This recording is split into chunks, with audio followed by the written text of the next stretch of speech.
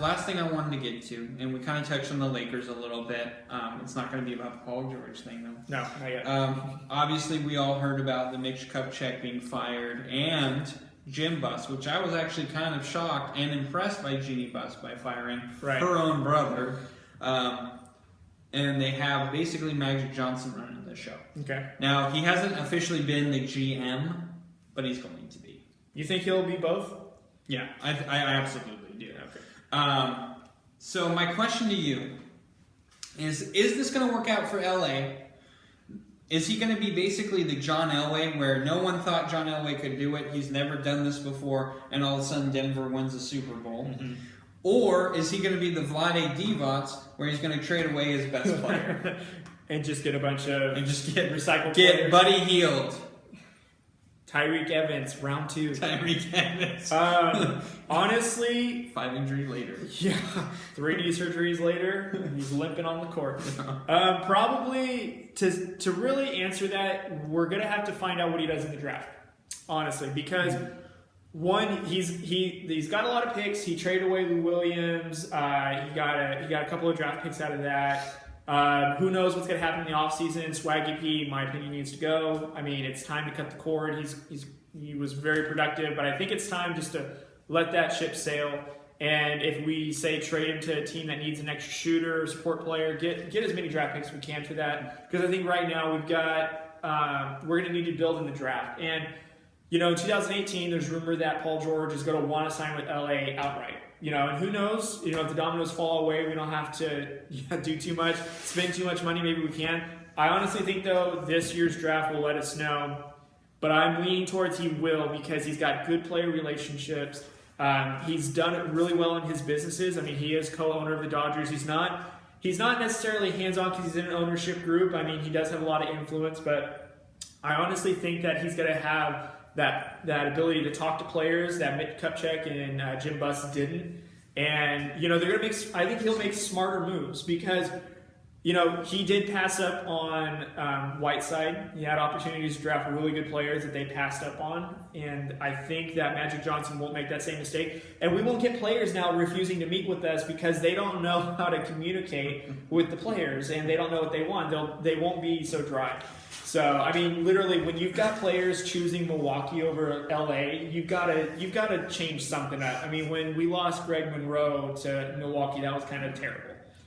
So my opinion, but that was a blessing in itself. Well, I mean, not so much. Yeah, I mean, Dwight Howard could have worked out, but if Mike D'Antoni wasn't the coach, but how did he become the coach? Is when Jim Buss pulled the wool over everybody's eyes, thinking that Phil Jackson was going to take over again.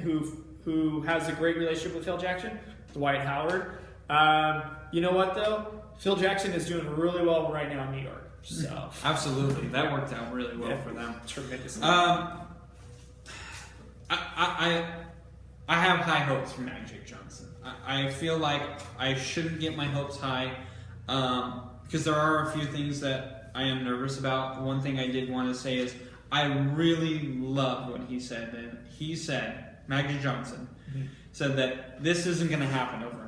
Right. This is not going to be, this is going to take, sometimes it takes 3 years to be a team that you want. Mm-hmm. And so he understands that this is going to be a process. Right. So right off the bat, that's a good start. Yeah. He's not being like, oh, well, I'm Magic Johnson and I'm going to change everything right now.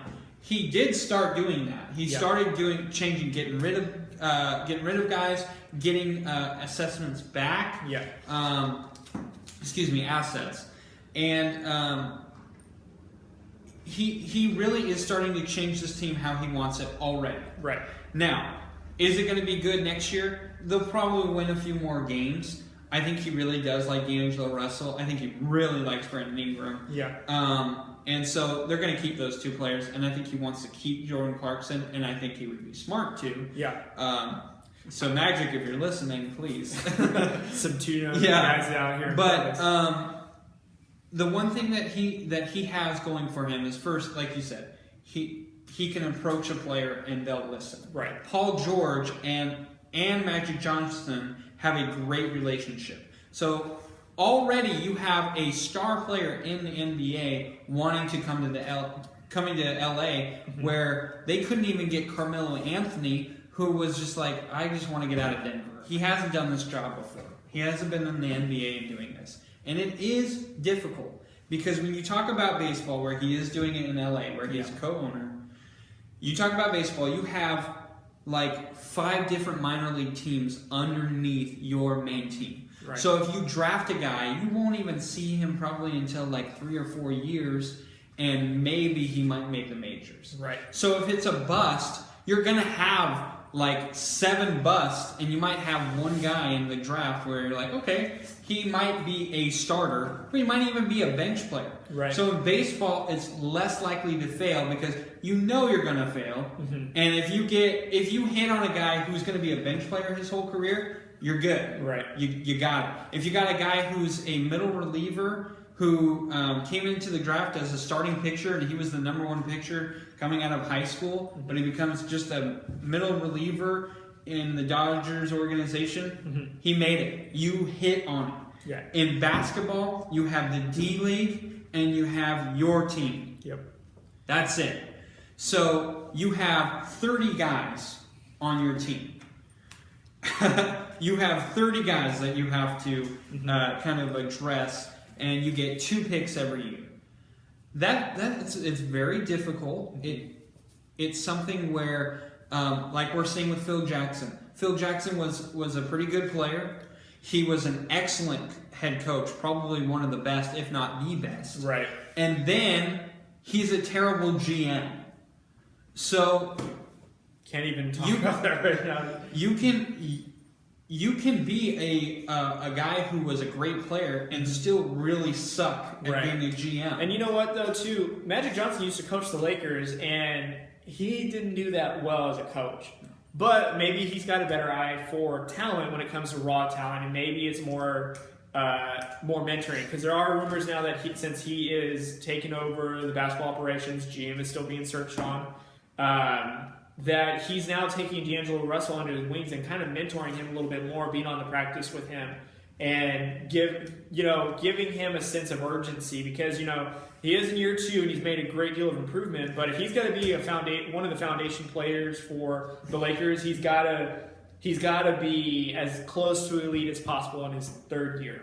And Brandon Ingram, he's a rookie right now, doing pretty well shooting, and we're going to need more of this, more growth out of all of them. Yeah. So we'll see. I think Magic is a good option. I mean, it couldn't get any worse, honestly. I mean, so Wow. time will tell. I mean, I still think the window is about 3 years. Yeah. So we'll see. I think he's being really realistic about it, and that's what makes me happy. That's why I can actually sit back here and say I'm kind of hopeful of Magic Johnson. However, though, if they do pick up a couple of good additional pieces in free agency and do really well in the draft, I would not be surprised if the Lakers are somewhat playoff relevant next year. Just because I still think that Magic Johnson, with his competitive side, will find a way to get them playing hard and get them somewhat competitive, not doing the Sixers way where, trust the process, going to take 3 years and you still don't show for it. Please, Lakers, do not do the process. No, don't. I get the feeling from Magic Johnson because he was trying to trade Swaggy P at the trade deadline. Yeah. I think he is gone for sure. Yeah. Thank God. Yeah, he had a great year this year. He was, shooting in double coverage and actually making some of them. Good job. But yes, so long.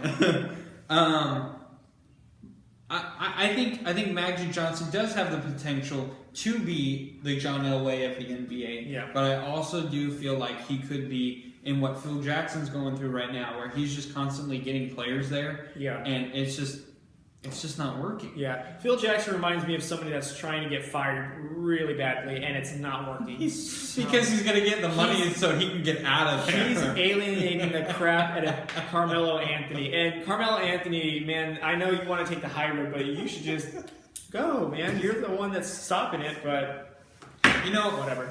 I'm going to bring this up right now.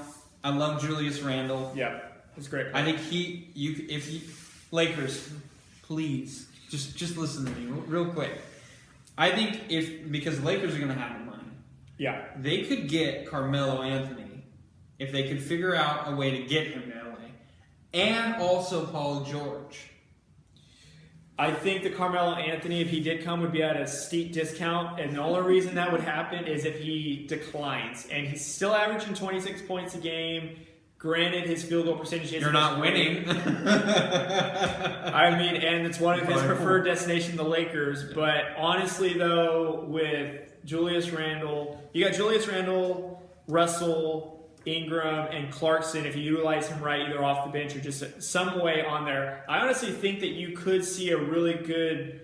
That four right there with just some surrounding players could do a lot, you know. And so, I mean, we'll see. Honestly, though, I would want Paul George for sure. Heck, I mean, when KD is eligible to opt out of his contract, hey, you know, call us. We'll want you. And speaking of which, just kind of reminded me of your shirt, is Paul George from? Fresno State. Fresno State. All right. We do appreciate you again, like I said. We do appreciate you guys watching and listening. If you can't watch the whole thing, you can watch it in increments. You don't have to watch it fully, the whole hour or whatever. But again, we really do appreciate you guys watching and listening. Really means a lot. Please support us. Like I said, let us know how we did. If you liked it, if you didn't like it, what you liked about it and what you didn't like it. Please tell us. We want to get better. Especially if you don't like it. Yeah. And if you do like it, then you're our number one fan. So thank you guys for joining the Drew Code Sports Talk. Hopefully we'll catch you guys soon. Have a good night.